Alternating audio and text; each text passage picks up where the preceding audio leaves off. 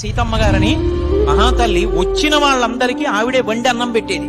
ఆఖరికి ఆవిడ పరిస్థితి ఎక్కడికి వెళ్ళిపోయిందంటే వచ్చిన వాళ్ళందరికీ అన్నం పెట్టి పెట్టి పెట్టి పెట్టి వాళ్ళకి అన్నం తినడానికి లేకుండా పోయింది. ఆ దంపతి భర్త గారు అన్నాడు, ఎందుకే ఇంకా అన్నదానం చేస్తావు, మనకి కూడా తినడానికి లేదే, వచ్చి తలుపు కొడితే సిగ్గేస్తోంది, పెట్టడమా మానవు, ఇంత అన్నం పప్పు అయినా పెడతామని. ఏమండి, నేను నిస్వార్థంగా పెట్టినప్పుడు, పెట్టినవాడు తింటున్నప్పుడు శ్రీ మహావిష్ణువే తింటున్నాడని నమ్మి పెట్టాను. ఎవరిని నమ్మి నేను పెట్టానో వాడు పెట్టే చేతిని ఎందుకు నరికేస్తాడండి, వాడే పెడతాడు, పెడతానని పెట్టిందాడు. ఇన్నాళ్ల నుంచి దున్నుతున్న పొలానికే వెళ్లి సీతమ్మ గారి భర్త ఒక రోజు సాయంకాలం గొప్పు తవ్వుతున్నారు. గుణపానికి ఏదో తగిలి ఖంగుమంది. ఆయన మట్టి తీసి చూశారు, ఓ పెద్ద బిందె కనపడింది. ఆ బిందె మూత తీస్తే దాని నిండా బంగారు నాణేలు. తీసుకొచ్చి ఇంట్లో బంగారు నాణేలు పోసి మళ్లీ ప్రతిరోజు కొన్ని వందల మందికి అన్నదానం చేశారు.